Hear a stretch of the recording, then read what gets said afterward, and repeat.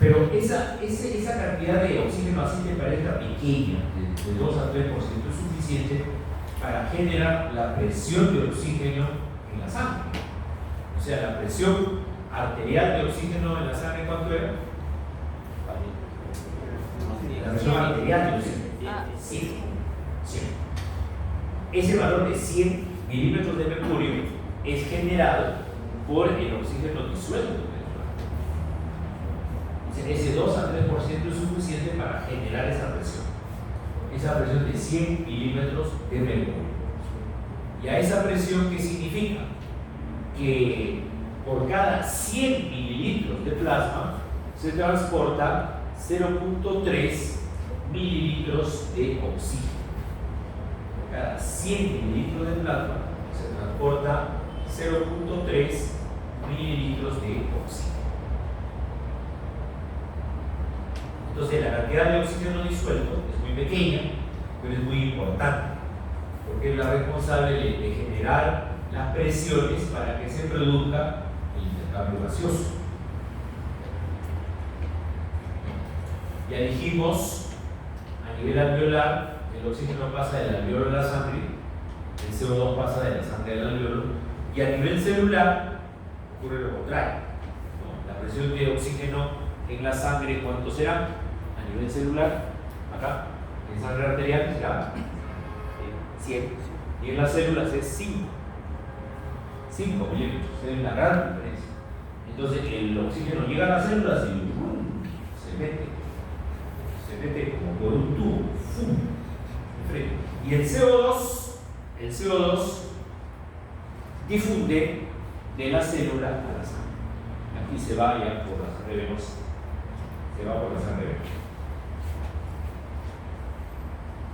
Entonces, la presión de oxígeno en la sangre, ¿cuánto es?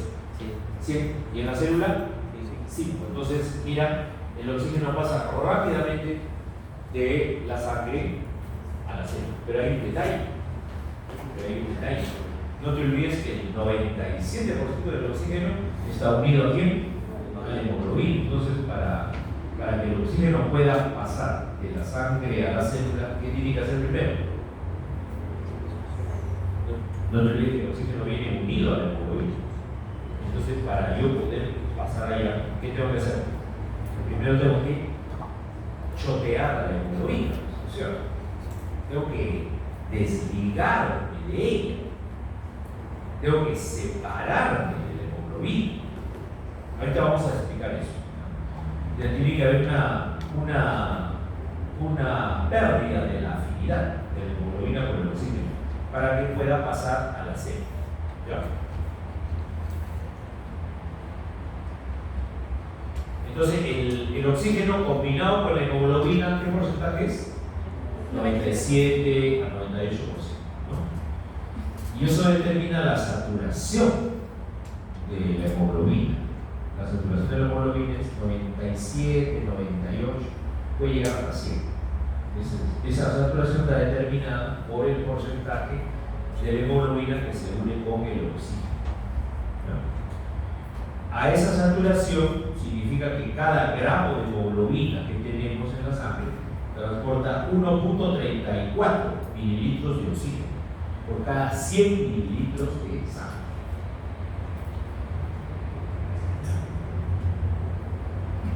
Entonces, mira, supongamos que este carrito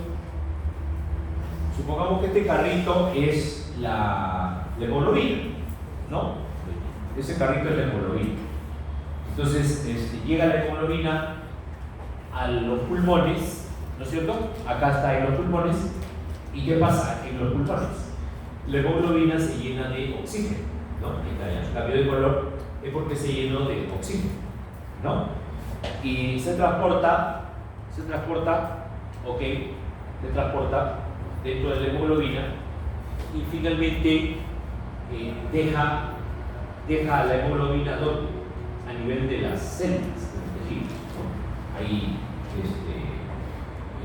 suelta, tiene que soltar la hemoglobina al oxígeno, por ley, tiene que soltar. Y de ahí la hemoglobina, ya sin oxígeno, regresa a a los pulmones y acá nuevamente genera afinidad por el oxígeno nuevamente para poder volver a capturar. O sea, en resumen, la hemoglobina cuando llega a los pulmones aumenta su afinidad por el oxígeno y cuando llega a las células pierde la afinidad por el oxígeno para soltarlo. ¿De acuerdo? Ahora, ¿cuánto era la presión, nuevamente, la presión arterial de oxígeno? ¿Cuánto era? 100, ¿no? Y con esa presión de 100, la saturación de la hemoglobina, ¿cuánto es? 97, 98%. ¿Estamos de acuerdo? ¿Qué pasa si nosotros queremos calcular cuando la hemoglobina esté saturada no al 100, sino al 50%? Si la hemoglobina está saturada solo al 50%, ¿a qué presión de oxígeno corresponde eso? Muy bien, 27 milímetros de mercurio. O sea, quiere decir que si yo detecto que mi hemoglobina está saturada a la mitad, o sea, solamente al 50%, quiere decir que la presión de oxígeno en ese momento en la sangre arterial, ¿cuánto es? 27 milímetros. Y ese valor se conoce con el nombre del P50. Ese es el P50 de la hemoglobina. Por si acaso se viene en el examen. ¿No? Perdón. Sí. Ese es una fila. El valor del P50 de la hemoglobina. ¿O qué cosa es el P50 de la hemoglobina? El P50 de la hemoglobina es el valor de la presión de oxígeno necesaria para saturar en un 50% de la hemoglobina. ¿Estamos de acuerdo? Ya, ¿ok? Ahí se toma nota. Muy bien. Entonces, ¿y eso es importante? Claro, eso es importante. ¿Por qué? Fíjate, en esta curva, esta es una curva muy conocida, que es la curva de saturación de la hemoglobina, ¿no? Es una curva de saturación de la hemoglobina. Entonces, acá, por ejemplo, mira, la del centro es la curva normal. Sí. La del centro. ¿De acuerdo? Cuando la hemoglobina, yo digo, está saturada en un 50%. 50% sale por acá, ¿no?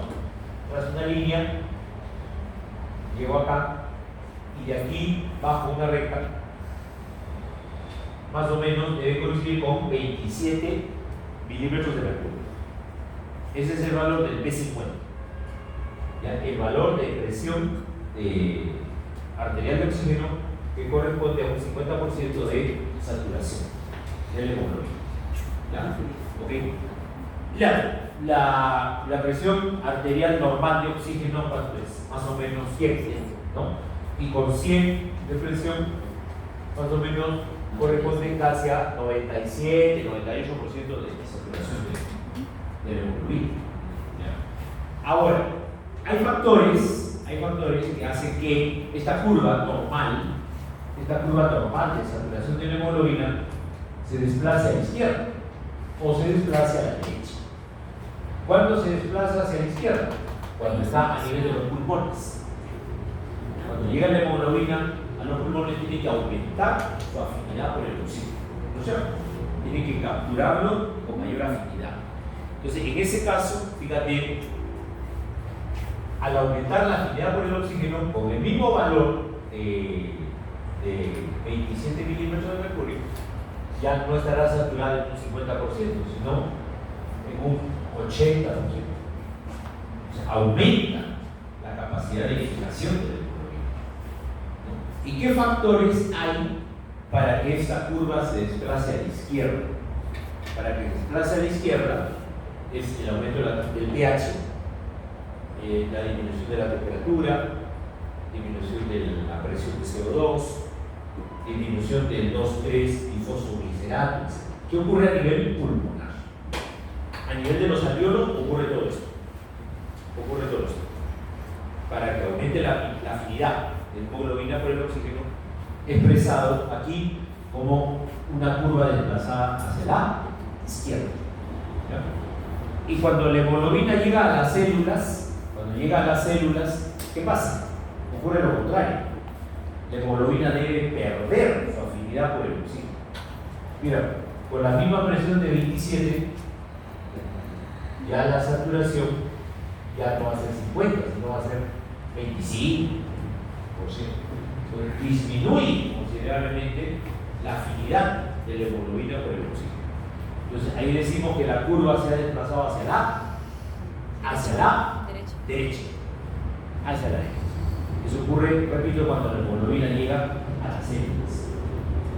¿Y qué factores hay en las células para que la curva se desplace a la derecha? Lo contrario a los factores que desplazaban la curva a la izquierda. Es lo contrario. O sea, acá será más bien disminución de pH, o sea, acidosis, aumento de temperatura, aumento de la presión de CO2, aumento del 2,3-difosfoglicerato, hipoxemia, anemia. Todos esos factores se dan cuando la hemoglobina llega a las células, y tienen que dejar el oxígeno. ¿Ya? Ahí hay desplazamiento de la curva entonces hacia la derecha. En todos los libros de fisiología van a encontrar esta gráfica, esta curva de saturación de la hemoglobina. ¿Ya? Entonces decíamos que cuando la curva se desvía hacia la izquierda, ¿qué significa? Que la hemoglobina tiene mayor avidez, ¿no? Mayor afinidad por el oxígeno. Y cuando se desvía a la derecha, ¿qué pasa? Entra más oxígeno a las células. ¿Por qué? Porque la hemoglobina pierde su afinidad por el oxígeno. ¿Ya? ¿Ok? Bueno, lo mismo, ¿no? Acá este imán es la hemoglobina. Entonces, a nivel pulmonar, mira, la curva cuando se desvía a la izquierda, ¿qué pasa con la afinidad de la hemoglobina por el oxígeno? Aumenta, la hemoglobina se une a más moléculas de oxígeno, ¿no? ¿Ok? Hay bastante afinidad. ¿Y qué pasa con el P50? Con el P50, ¿qué pasaba? Si la curva se desvía hacia la izquierda, el P50, ¿qué pasaba con el P50? Va a ser enorme. ¿Qué significa? Que para una saturación de 50%, miren, acá, más o menos 50% es por acá, ¿no? ¿Estamos? Trazamos una línea hasta la normal y bajamos, eso más o menos debe coincidir con 27, ¿no? 27 milímetros de mercurio. Pero ¿qué pasa cuando la curva se desplaza hacia la izquierda? La misma saturación de 50%, trazas la línea para acá y de ahí bajas y ya no será 27, sino por ejemplo va a ser 16, 17%. Entonces disminuye la saturación. ¿Estamos de acuerdo? Disminuye la saturación. ¿Estamos de acuerdo? ¿Ya? ¿Y qué pasa cuando se desplaza hacia la derecha? La misma saturación del 50% se consigue, pero con mayor presión. Necesitas más presión de oxígeno para llegar a esa misma saturación. ¿Por qué? Porque ya la hemoglobina perdió afinidad por el oxígeno. Ya la hemoglobina, mira, ya se une, pero con menos cantidad de oxígeno. Entonces hay poca afinidad. Entonces el P50 aumenta el P50. Y cuando hay mucha afinidad, el P50 disminuye. El P50 disminuye, es menor. ¿Ya? ¿Ok? Y otro ejemplo, mira, con una presión de 60. Supongamos que un paciente, por ejemplo, tiene 60 milímetros de mercurio de presión arterial de oxígeno. ¿Eso a qué saturación corresponde? Normal, la curva normal. Corresponde a una saturación de, más o menos, ¿cuánto será? 89%. Acá está, 89%. Si desviamos la curva a la izquierda, con esa misma presión, la saturación aumenta hasta 99%. O sea, gana afinidad por el oxígeno si se desvía a la izquierda. Y si la curva se desvía a la derecha, con esa misma presión de 60, ya la saturación es menor. Será, ¿cuánto? 65%. Se pierde afinidad. Cuando la curva se desplaza a la derecha, se pierde afinidad de la hemoglobina por el oxígeno. ¿Ya? ¿Está claro? ¿Sí? Está claro, muy bien. Entonces, igual, lo mismo, ¿no? La desviación a la izquierda hace que el transporte de oxígeno aumente a nivel pulmonar, porque la hemoglobina jala más oxígeno y se une a más oxígeno a nivel pulmonar. Y a nivel periférico, la curva se desvía a la derecha, entonces los efectos son contrarios. Pierde la afinidad. ¿Ok? ¿Estamos de acuerdo? Muy bien. Entonces acá tenemos un gráfico interesante. ¿No? Acá tenemos un gráfico interesante donde tenemos las dos cosas. De esta línea para acá es a nivel pulmonar y de esta línea para acá es a nivel celular. ¿No es cierto? A nivel pulmonar dijimos que la curva, esta curva de saturación de la hemoglobina se desvía ¿hacia dónde? Hacia la izquierda. Y a nivel celular, la curva se desvía ¿hacia dónde? Hacia la derecha. ¿No? Cuando la curva se desvía hacia la izquierda, fíjate lo que ocurre, ¿no? La hemoglobina adquiere mayor afinidad por el oxígeno. ¿No es cierto? Pero antes de unirse con el oxígeno, hay que considerar que la hemoglobina venía por la sangre venosa unida al CO2. ¿No? La hemoglobina unida al CO2 es la, ¿cómo se llama? La hemoglobina unida al CO2. ¿Cómo se llama? Desoximoglobina. No. Oximoglobina. Se llama carbaminohemoglobina. ¿Ya? ¿Ok? Esta es la hemoglobina unida al CO2. Carbaminohemoglobina. Suelta el CO2 y se queda como hemoglobina libre. Y de ahí coge el oxígeno. Se convierte en hemoglobina oxigenada. Oximoglobina. ¿Ok?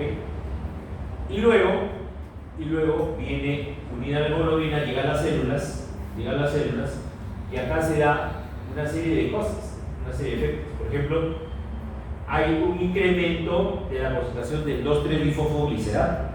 Ese es un factor que hace que la curva se desplace hacia la derecha. ¿No? ¿Qué más?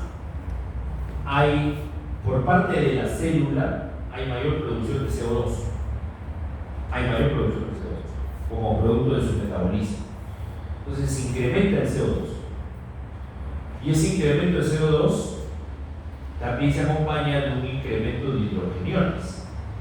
Hay mayor cantidad de hidrogeniones que libera la célula. Entonces hay una acidosis alrededor de la célula.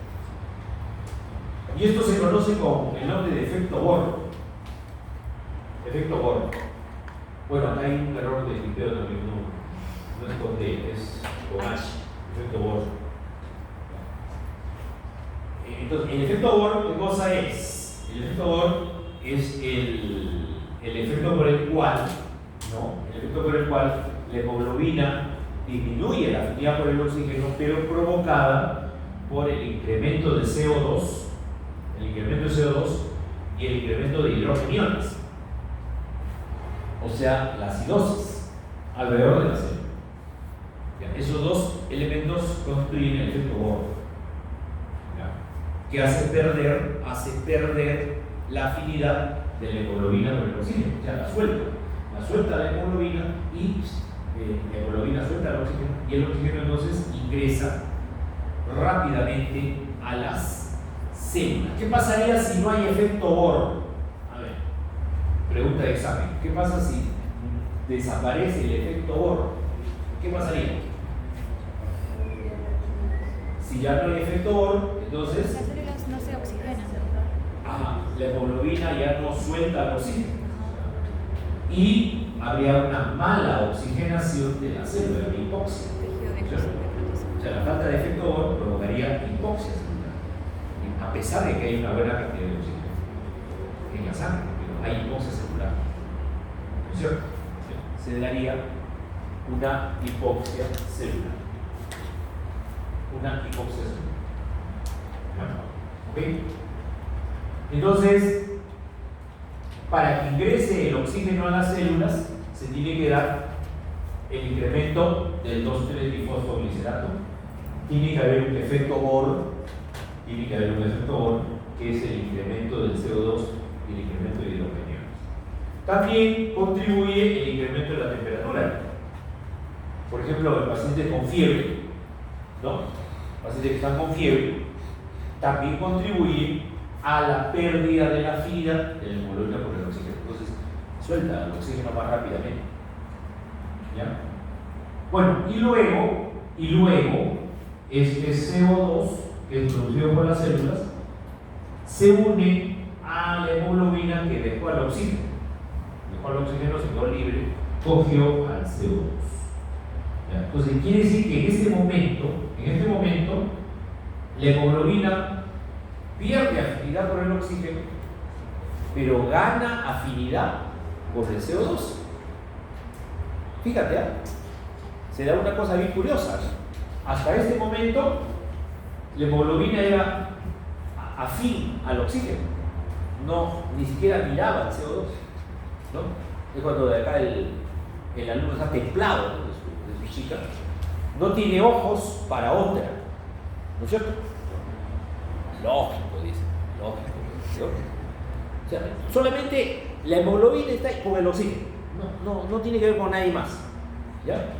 Pero llegan las células por el efecto del 2,3-difosfoglicerato, por el efecto Bohr, la hemoglobina perdió la afinidad por el oxígeno. Pero no solamente pierde la afinidad por el oxígeno, o sea, ya dejó de gustarle el oxígeno, sino que inmediatamente ¡pum!, le comienza a gustar otra. Dejó de gustarle el oxígeno, al toque. Le gusta otra, le gusta el CO2 ahora. Uy, así de pronto perdió la afinidad por el oxígeno y ganó afinidad por el CO2. Eso se conoce con el nombre de el efecto Aldane. Así es. ¿Ah? Que no te vaya a pasar el efecto Aldane. ¿Ah? No, jamás, dice. Yo fiel hasta la muerte. ¿No? Mentiroso. Entonces, ¿en qué consiste el efecto Aldane? Les he puesto ese ejemplo para que entiendan mejor. ¿En qué consiste el efecto Aldane? Asociación de la hemoglobina con el CO2. Así es, muy bien. Consiste en el incremento de la afinidad, o la hemoglobina adquiere afinidad por el CO2 y se comienza a saturar de CO2. Pero esta afinidad por el CO2, ¿quién la promueve? La pérdida de afinidad por el oxígeno. La pérdida de afinidad por el oxígeno provoca que a la hemoglobina adquiera afinidad por el CO2. Si no hubiera esa pérdida de afinidad por el oxígeno, eso es lo que quiero que me entiendan. Por ejemplo, a nivel pulmonar. Acá, a nivel pulmonar, ¿habrá efecto Aldane? A nivel pulmonar, no. ¿Por qué? ¿Por qué no hay efecto Aldane a nivel pulmonar? Porque hay mayor afinidad. Porque acá la hemoglobina tiene mucha afinidad por el oxígeno, entonces no tiene que ver con nadie más. Solamente con el oxígeno. Para que adquiera afinidad por el CO2, primero tiene que perder la afinidad por el oxígeno. ¿De acuerdo? ¿Ya? O sea, el efecto Aldane solamente se daría a nivel celular. ¿De acuerdo? ¿Ya? Y luego ya viene unido al CO2, llega al alveolo, pero acá ya traspasa el CO2 por diferencia de presiones. Acá por la difusión, por la diferencia de presión. ¿Ya? ¿Ok? Ahí no hay efecto Aldane. El efecto Aldane es solamente a nivel celular. ¿Ya? ¿Entendieron hasta acá? Sí, seguro. Esta es la parte un poquito media complicada, pero si entendieron no hay ningún problema. De acá van a venir varias preguntas para el examen. Ya, perfecto. Entonces estamos bien. Ya, entonces miren, vamos a, para guardar